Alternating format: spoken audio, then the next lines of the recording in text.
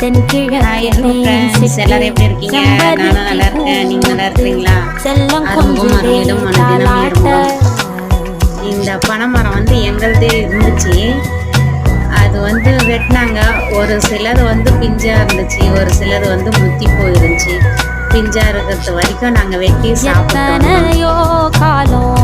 இது மாதிரி எத்தனை பேருக்கு பனைமரம் இருக்கு? கமெண்ட் பண்ணுங்க பார்க்கலாம். அப்புறம் நீங்க இது மாதிரி வெயில் காலத்துல பனைமரம் சாப்பிட்டா உடம்பு குளிர்ச்சியா இருக்கும்.